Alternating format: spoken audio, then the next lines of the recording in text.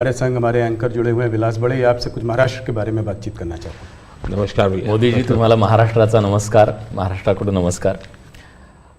महाराष्ट्र में बीजेपी को उन 23 सीटों को बचाना है जो आपने 2019 में जीती थी, लेकिन इस बार महाराष्ट्र में एक पूरी खिचड़ी बनी हुई है। शिवसेना और एनसीपी टूटी है, उनके दो पार्टनर आपके साथ है, जो दो गुट है आपके साथ है। क्या उद्धव ठाकरे जी और शरद पवार जी के साथ या उनके पक्ष में आप कोई एक सिंपैथी की लहर देख रहे? देखिए, पहली बात तो मैं महाराष्ट्र के सभी लोगों को मेरा नमस्कार।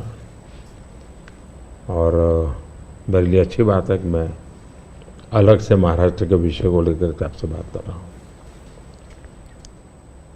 अब देखिए, ये बात सही है कि वहाँ लंबे अरसे से मिलीजुली सरकार चलती है। विलासराव देशमुख थे, तब से लेकर के आप देखिए, इवन शरद पवार भी जब मुख्यमंत्री बने थे, वो भी पूर्ण बहुमत के साथ अकेले नहीं बन पाए थे। दूसरा, महाराष्ट्र का दुर्भाग्य रहा है कि लंबे अरसे से 5 साल तक कोई एक मुख्यमंत्री रहा नहीं है। एक भी व्यक्ति 5 साल में, देवेंद्र फडणवीस पहले व्यक्ति थे लंबे अरसे के बाद जो एक पूरा कार्यकाल मुख्यमंत्री रहे, और पूरी सरकार बेदाग रही। पूरी सरकार लोगों का भला करने वाली सरकार रही। अब सिंपैथी हमारे साथ होनी चाहिए कि जो लोग हमारे साथ चुनाव लड़े, जो लोगों ने हमारे साथ चुनाव लड़ करके महाराष्ट्र के लोगों से वोट मांगा, लेकिन मुख्यमंत्री बनने के खुद के व्यक्तिगत महत्वाकांक्षा के कारण और उसमें अहंकार भर गया, इसके कारण आपने बाला साहब ठाकरे के जमाने से बनी बनाई इस जोड़ी को धोखा दे दिया, और उसका लोगों को गुस्सा है, बीजेपी के प्रति सिंपत्ति है। दूसरा, शिवसेना के अंदर जो तूफान खड़ा हुआ या एनसीपी के अंदर जो तूफान खड़ा हुआ, वो साफ साफ दिखता है कि जब आप अपने परिवार के लोगों को ही प्राथमिकता देते हैं और बाकियों को नहीं देते हैं, तो कभी न कभी तो कठिनाई पैदा होती है। शरद राव के घर में जो मुसीबत है, उनके पारिवारिक झगड़ा है।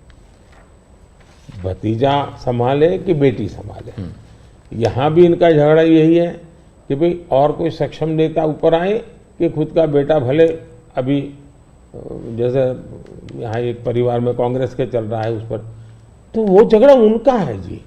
और मैं मानता हूँ हमारा देश इस प्रकार के पारिवारिक झगड़ों के प्रति नफरत करता है, सिंपैथी नहीं करता है। तो ये बिल्कुल ही, आप सिंपैथी शब्द लेकर के सिंपैथी दिलवाने की अगर कोई कोशिश करता है, तो मैं समझता हूँ वो भी फेल जाने वाली है। लोग नफरत करते हैं, लोग ऐसी चीजों को स्वीकार नहीं कर सकते कि भाई ये तुम्हारे घर के झगड़े, तुम घर में निपटो ना, महाराष्ट्र को क्यों बर्बाद कर रहे हो? तो गुस्सा है। दूसरी बात है, जहां तक आज शिंदे जी के नेतृत्व में जो सरकार चल रही है, भारतीय जनता पार्टी का ज्यादा सीटें होने के बाद में उन्होंने त्याग किया है। त्याग महाराष्ट्र की भलाई के लिए किया है। कुछ लोगों को लगता था कि हम सीएम बनना चाहते हैं, नहीं, तो हम सीएम बन सकते, नहीं बने। महाराष्ट्र की जनता को हमने कन्विंस किया है कि हम महाराष्ट्र के लिए जीते हैं, हमारे लिए नहीं जीते हैं। और इस चुनाव में ये सिंपैथी हमारे पक्ष में है कि इतना बड़ा दल, एक मुख्यमंत्री, सफल रहा हुआ मुख्यमंत्री, वो आज डिप्टी सीएम बन करके भी एक प्रकार से खुद के सम्मान को छोड़ करके आज भारतीय जनता पार्टी सिर्फ और सिर्फ महाराष्ट्र के उज्जवल भविष्य के लिए। और मैं मानता हूं हमारे देश में बंगाल बर्बाद हो गया, कोलकाता एक इकोनॉमी को ड्राइव करता था, लेकिन वहाँ इस प्रकार की उठापटक की राजनीति ने बर्बाद कर दिया। बिहार और उत्तर प्रदेश अस्थिरता की राजनीति ने तबाह करके रख दिए थे। महाराष्ट्र को इस हालत में जाने नहीं देना चाहिए। मुंबई देश की आर्थिक राजधानी है।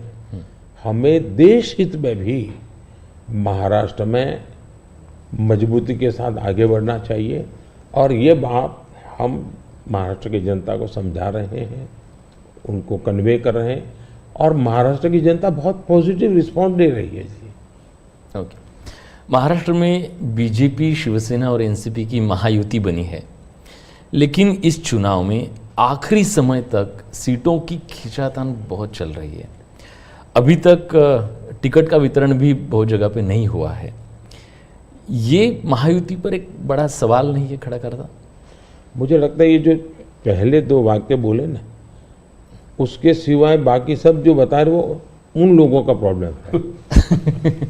वहाँ सीटें तय नहीं हो पा रही हैं, वहाँ निर्णय नहीं हो पा रहा है, वहाँ पैरेलल चुनाव लड़े जा रहे हैं। इस बाजू तो ऐसा ही नहीं, बीच बाजू तो चल पड़े हैं लोग, मिलजुल करके सीटें तय कर करके चल पड़े हैं जी, और वेल इन एडवांस कर दिया है।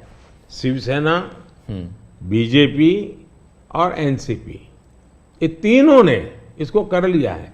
सामने जो नकली पार्टियों का मेला मिलाप है वहां नहीं हो पा रहा है जी, उल्टा है। कितनी सीटें देखते हैं आप महाराष्ट्र में? पिछली बार 41 आई थी, इसलिए पूछ रहा हूँ सवाल। हम बहुत ताकत के साथ आगे बढ़ रहे हैं। वोट भी बढ़ेगा, सीट भी बढ़ेगी।